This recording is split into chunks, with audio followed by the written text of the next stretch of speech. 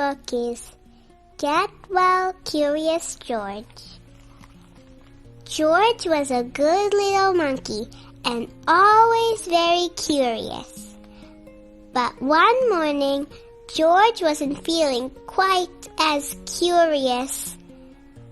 "What's wrong, George?" asked the man with the yellow hat. George sneezed and pointed to his throat. "Does your throat hurt?" asked his friend. George nodded his head yes. The man put his hand on George's forehead. "You do feel a little warm. It looks like you may have caught a cold." George was confused. How do you catch a cold?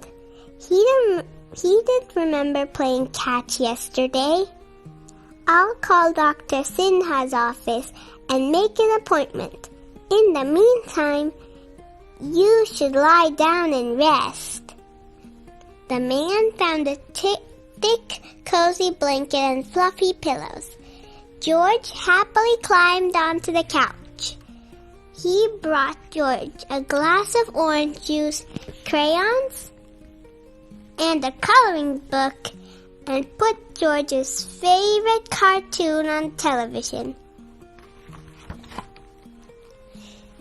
George sipped his juice. It felt good on his sore throat. He colored a few pictures. He watched a cartoon.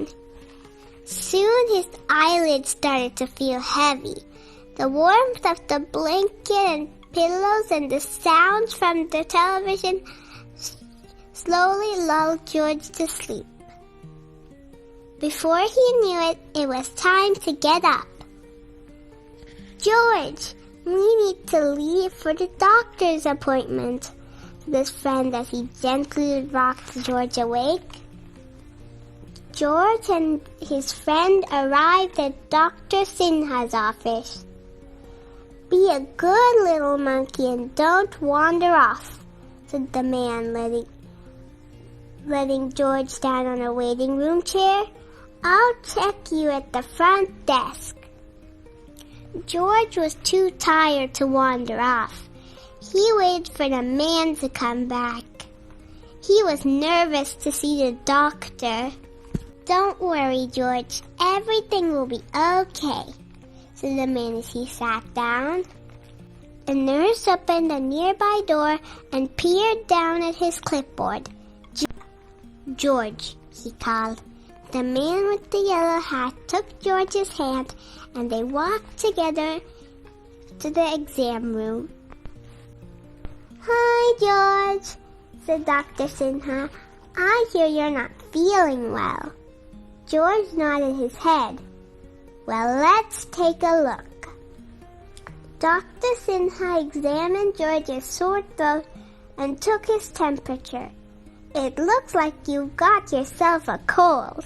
Drink plenty of fluids like orange juice and get some rest," she said. "Here's a treat for being such a wonderful patient." Dr. Sinha reached into his pocket and pulled out a sticker that read, "Superstar Patient." George felt a little better already. He didn't need to be worried about seeing the doctor after all. As soon as they got home, George climbed back under the blanket and the man tucked him in. He gave George a big bowl of chicken soup and they watched a movie until George fell asleep. The next day, George was still a little sniffy, but he was feeling better. It was a good thing, because today George was having a playdate with his friend Sam. "I'm sorry, George," said the man, "but I think we should postpone your playdate.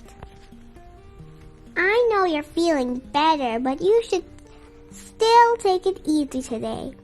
Besides, you wouldn't want Sam to catch a cold, would you?" George was disappointed.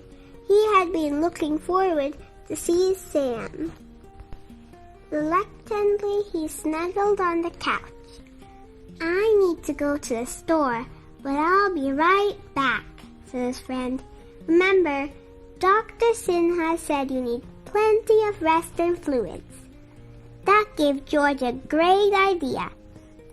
If rest and fluids made him feel a little better today, maybe a big dose of both would cure him of his cold by tomorrow. Then he could play with his friend. George grabbed every blanket and pillow he could find and added them to the couch. The pile grew higher and higher. Soon he had a mountain of blankets and pillows. He climbed to the top for a rest, but oh no! The pile came tumbling down. Maybe it was time for some orange juice. George went to the kitchen and found the carton of orange juice in the refrigerator. He got a glass from the cupboard, but there wasn't enough orange juice to fill it. He wondered, where could he get more orange juice? He looked in the refrigerator again and saw a big bag of oranges. George knew that orange juice came from oranges. If he squeezed all of the oranges into the bag, then he'd have plenty of juice. He squeezed one into his glass, but only a little juice came out. He tried squeezing two at the same time, but he still didn't get much juice. George had an idea. If he squeezed all the oranges at the same time, maybe he could fill his whole glass. He squished the bag first with his hands, then with his feet. The bag was filling with juice. Maybe if he jumped on it, even more juice would come out. George jumped up and down on the bag. He was having so much fun that he didn't notice the man with the yellow hat standing in the doorway. "George, what's going on here? Look at this mess," said the man. The kitchen had puddles of juice everywhere, and there were blankets and pillows all over the living room floor. George pointed to the orange juice and the blankets. "Oh, were you trying to follow Dr. Sinha's orders?" asked his friend. George nodded. The man smiled.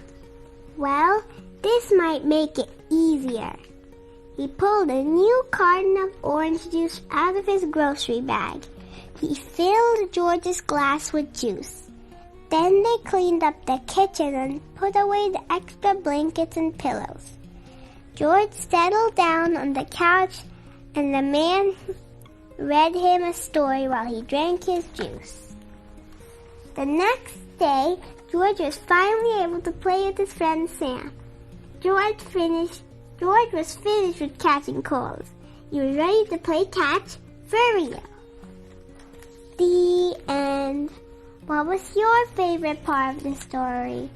My favorite part of the story is when George built a mountain of pillows and blankets, but when the pile came tumbling down, he made a huge mess.